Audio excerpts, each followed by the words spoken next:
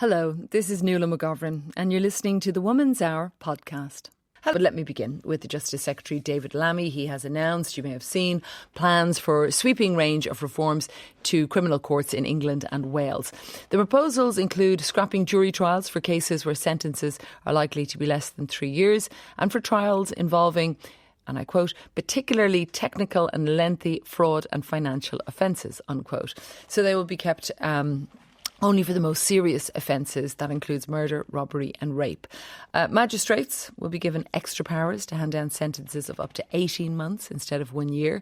And the government says the so-called swift courts will take 20% less time than a jury trial. That's using a finding from Sir Brian Levinson's independent inquiry into the justice system.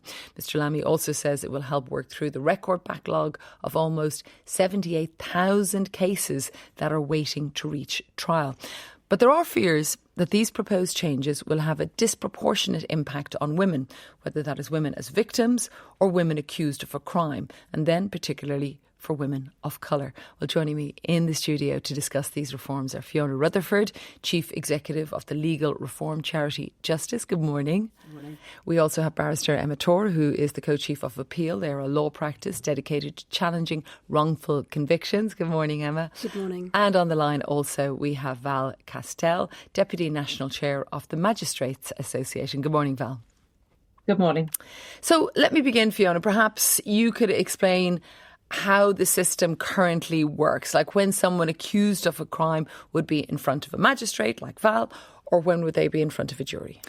Yep. So at the moment, the law works in the way that if you commit what's called a summary-only offence, that's a very low-level offence, then your case has to be tried in the magistrates. There's no choice.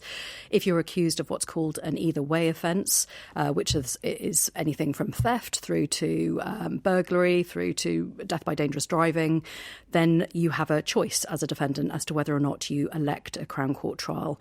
Equally, the prosecution can suggest that you should be tried in that way, and the magistrates also have a choice as to whether or not you stay in the Magistrates Court or go to the Crown Court. And finally, there's a third category of cases which is called indictable only. Indictable only means you only go straight to the Crown Court, you do not stay in the Magistrates. So the most serious of crimes? Correct. So we've alluded briefly to the most serious, but let's talk a little bit more about what sort of offences, Fiona, are likely to be reclassified to judge only or magistrates only. It's that big middle bit of the caseload the categories I just talked about. So it's the either way offences that are going to be affected. The indictable only, we understand from what we've heard so far, will go to a jury trial. Those are a small slither of cases, the indictable only offences. It's the murders, homicide cases, rapes. These either way offences really take up the bulk of the work in the Crown Court. But we are talking on Women's Hour, so we want to talk about women specifically. Do we know with a case, for example, harassment or upskirting, what might happen in a trial like that? So those sorts of offences may well stay in the summary court depending on the exact type of the offence. But some of the ones that are sitting in that either way offence category, particularly sexual assault, including serious sexual assault, may well go to the judge-only option. Have we got guidance from the Justice Secretary yet when it comes to sexual assault and the various levels? All we have at the moment is that if you're likely to get a 3-year prison sentence, and it's not clear how that's being defined. At the moment, we have something called maximum sentences, and lots of the offences we've just talked about are way more than 3 years in terms of their maximum penalty. But we're not sure whether or not it's defined as to what is usually sentenced in a case. If you usually get 3 years in that case, that would mean you get a jury trial. It's still very unclear as to how that's going to be defined and how those cases will be tried. And that is looking at women as victims. Emma, instead you work on wrongful convictions. Do you have a sense whether women as defendants have a different outcome in a jury trial compared to being in front of a judge or a magistrate, for example? Yes, we do. So certainly my experience is that juries represent the best safeguard against bias. So we're talking... Why? Because a jury trial represents a trial in front of a panel of 12 people picked from the local community, and they are most likely to represent the fairest outcome for the defendant. You're talking about minimising the risk of misogyny, minimising the risk of racial bias, because they are bound to deliberate and talk through the issues. And I think the Justice Secretary himself said that juries were a filter for prejudice, and I think that's right. And that comes from a report that was published by David Lammy in 2017. Went on to say that women from ethnic minorities were more likely to be convicted by magistrates than white women. Val, I'd like to bring you in on this point. Do you worry that the reforms could perpetrate some of the I'm getting my perpetrates and my perpetuate mixed up, whether they may continue in the way that David Lammy has outlined in that report, if in fact it goes to a magistrate's court? There's been quite a lot of water under the bridge since 2017, and magistrates are continually having extra training to guard against prejudice and bias. Look, everybody has unconscious bias. The thing is to recognise where you do have bias and acknowledge it and make sure that it's not actually a factor in decision making. And magistrates are members of our community as well. We're decision making between 3 of us rather than 12. But there are 3 of us. We do talk things through. We discuss extensively in the retiring room before we actually decide on a verdict. I mean, people have talked about magistrates. You know, you give up your time, volunteers. But perhaps there are many people that only come from certain walks of life, and that the demographics at times do not reflect the people that are in front of them. Do you think that has an impact on the way women are sentenced?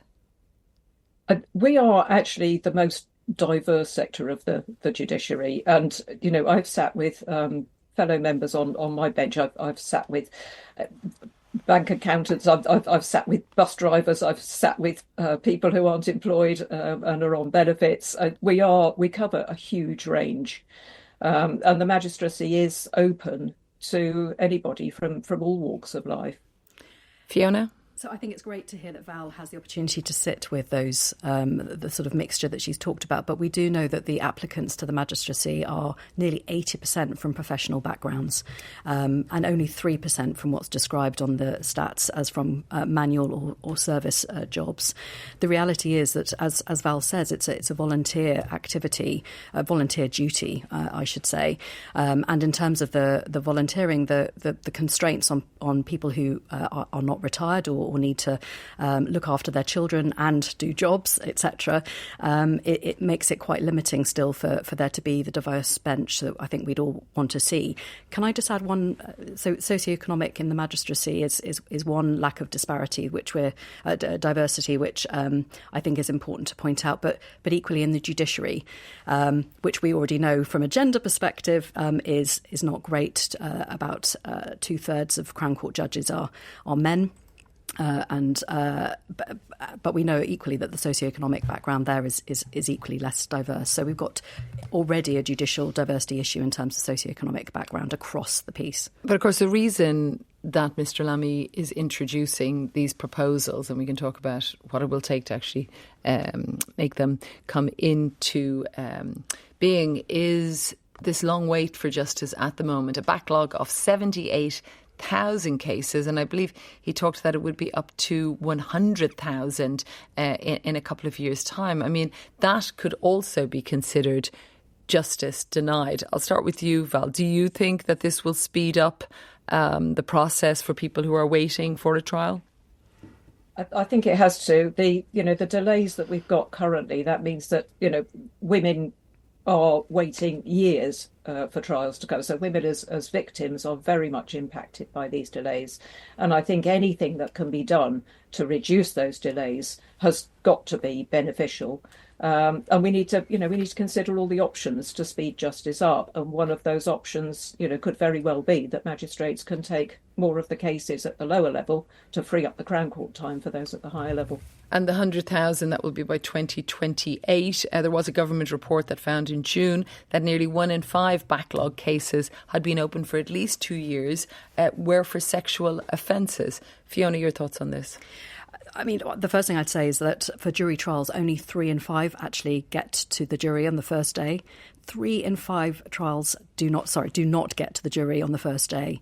That's because they are not ready, they are not prepared, because at the last minute the prosecution decide to drop the case, because the victim may have given up at that point, and because the defendant may, in some instances, plead guilty. But the victim giving up, for example, which we've talked about many times on this programme, that is often as a result of these delays that have taken place. So surely speeding them up might help the victim? It would, but the point I'm probably not clearly making is that three out of the 5 trials aren't even getting to the jury, that the delays are happening before the jury. Oh, I understand. Forgive me. No, I get what you're saying. So basically that the jury is not the issue, it's the case preparation. Exactly right. The efficiencies or the inefficiencies leading up to the jury trial is really what we need to address, and this doesn't do that. Also, for those that are accused of crimes, they will want that trial to happen instead of being in limbo. I'm sure we're talking about women. We know some of the issues they come up against, whether it's with caring for their other responsibilities that they have in their lives. Emma, don't you think it needs to be a faster process? I think certainly it's not acceptable to have huge backlogs, but I think it's important to stress that the juries aren't the cause of these delays. The cause of the delay has been chronic underfunding for years, and we're not convinced that these proposals are actually going to create the savings that are being suggested, unless there is proper investment in the criminal court estate, unless there is proper investment in criminal legal aid, to have more barristers, more solicitors being able to do legal aid work, and have more judges and more court staff to operate the buildings. Having judge-only trials isn't going to reduce the delays for people. And I think it's probably worth pointing out to the listeners, actually, that the safeguards are here to protect all parties, not just those who are sitting in the dock. But if you are a victim of crime and you've come forward, it could be a sexual assault, it could be something equally of serious nature. Do you want to have your case decided by a white male judge who's probably educated at an independent school and is of a completely different class? Do you want that person to judge you, or do you want to be judged by a jury? Well, I mean, many would say that justice should be blind and not the person who is sitting behind that desk. And of course, Val has put across her points there as well. I do want to read a little bit from the Deputy Prime Minister and Secretary of State for Justice, David Lammy. He said, "These reforms are bold and it will take time to turn the tide on the rising backlog, but these measures are necessary to tackle the emergency in our courts. We're putting victims before tradition for tradition's sake, and fairness before those who want to game the system." On top of today's court reforms, victims will be better supported, to your point, Emma, through the process with a £500 million investment in vital support services. This will see £550 million go directly into specialist services that offer practical and emotional support to victims and witnesses. So there is that investment coming. It's unclear what that investment is going to be in, though. It's vague and it's unclear at this stage exactly what support is going to be there. Certainly, if you're a black or Asian defendant, your choice would not be to be tried in this new sort of Crown Court bench division by a judge only. Perhaps it's worth stating, back to Val's point earlier about the magistracy being the most diverse sort of tribunal that we have. Justice system. The Leveson proposals, although we didn't agree with them, did suggest that a judge sitting with 2 magistrates would be the best way to tackle these either way cases. And that's obviously something the government has abandoned because they simply can't recruit the volunteers necessary. That's an interesting... I'll just throw that over to you, Val. What do you think about that? Even though they haven't followed up on it, the government, a judge with 2 magistrates, for example. It was something that we were fully prepared to take on if we were asked to. We would... In many ways, we'd welcome that because actually the work that we currently do in the Crown Courts, we sit on appeals with a judge and 2 magistrates, and we think that that's a very fair system to take it a stage further than the magistrates' courts. But, whatever we're asked to do, we'll carry it out responsibly and to the best of our ability. If that is something the government decides they want us to do, we will welcome it. But it is a government decision. We know, as mentioned by Mr. Lammy as well, that magistrates currently deal with between 90 and 95% of all criminal cases. Is there the capacity to take on even more? And what about the fact that these will be tougher cases? What they will be, so answer your last point first, what they'll be in most situations is, slightly tougher versions of the cases we're already seeing. So most of the either way offences, we have already been dealing with the less serious types of them. So it would just be slightly increasing the seriousness of the offences we're used to dealing with. And I think our training will be perfectly adequate to cope with that. When it comes to our ability to actually handle the extra work, at present, we would be slightly struggling in some areas. Some areas we've got more than enough magistrates to do the work. Some areas we're a bit short. There is recruitment in process at the moment, and there will need to be more so that we're actually equipped to do more work as we go forward. And that process has already started because it's been fairly obvious for a while now that something has got to change, and the chances were very high that was going to mean more work in the magistrates' courts one way or the other. And when you say it was very obvious, can you give me an example of that? Just because of the delays increasing. So, as you've said, nearly 80,000 cases already backlog in the Crown Court, trials being listed for, I believe, 1996. We have some delays in the magistrates' courts, but we're talking about probably 6-month delay rather than several years delay. So we do need, we need increases in efficiency as well. There are things that need to be done in the magistrates' courts to improve processes, increase staff, increase the probation service because we rely very heavily on them when it comes to sentencing. There are extra things that need doing, but the magistrates, I think, will be there and will be equipped to help. And I kind of throwing out this word magistrate as well. We've talked a little bit about them, but a listener got in touch, Val, and says, how much training do magistrates have? I looked online, there's little info on how many hours or days does training take in addition to the 13-day sitting. Do your decisions get checked over? 13 days per year doesn't seem like a lot to get a lot of experience. Okay, so training, there's an initial training of 4 days to go through, and then there's annual training after that, some of which we do in person, some of which we do some online training. And that is on top of the 13 days is the minimum requirement for sittings, and some of us do a great deal more than that. I think my sitting levels last year, I did probably 40 to 50 days, something like that. Some of us who are slightly more scarce resources, we have extra skills, extra training, things like youth work, then we're sometimes called on to do more than that. Emma, these are proposals. It will still have to go through Parliament. Do you expect it to happen? That's correct. So because these proposals suggest taking away a key fundamental part of our democracy, there will need to be an act of Parliament to get these through. That may take place sometime in the new year, possibly, but I think it's important that anyone that's concerned about losing this democratic right should write to their MP and tell them that they are equally concerned about it as we are. And of course, that is your characterisation of it. As I mentioned, David Lammy has put forward his proposals. Fiona? Yeah, I mean, in relation to, you mentioned about victims and the impact on women, the investment has to be welcomed that's being talked about. But of course, investing in one thing that doesn't plug into a system that's working is not much good to anybody. I thought it might be useful just to say one thing about a rape survivor story that I heard last week, just specifically in relation to jury trials. She was attacked by multiple people, waited over 3 years for her trial to take place, and eventually the trial ended in acquittals of all of the defendants.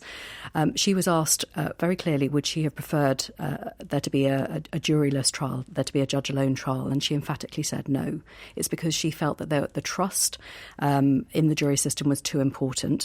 and because she didn't blame them for the delays, because clearly the inefficiencies were prior to the trial starting as opposed to the trial itself. Coming from somebody, and I appreciate that rape trials are not on the list of cases that will be trialed, exactly, or that will be dealt with by a judge alone. They will still go to a jury. But I use it as an example because that's coming from somebody who probably has the hardest job in terms of describing to a room full of people precisely what happened to her during her horrific assault. And if she still comes away in that scenario and says she still thinks a jury is the right place for her trial to be, that says a lot to me. I just see another listener getting in touch. Lack of court space and sittings. If these things are not addressed, the situation will not improve. Many courts have been closed. Thanks for your comments coming in. Thanks very much to Fiona Rutherford, also to Val Castell and Emma Torr. Good to have a discussion. We'll continue following it.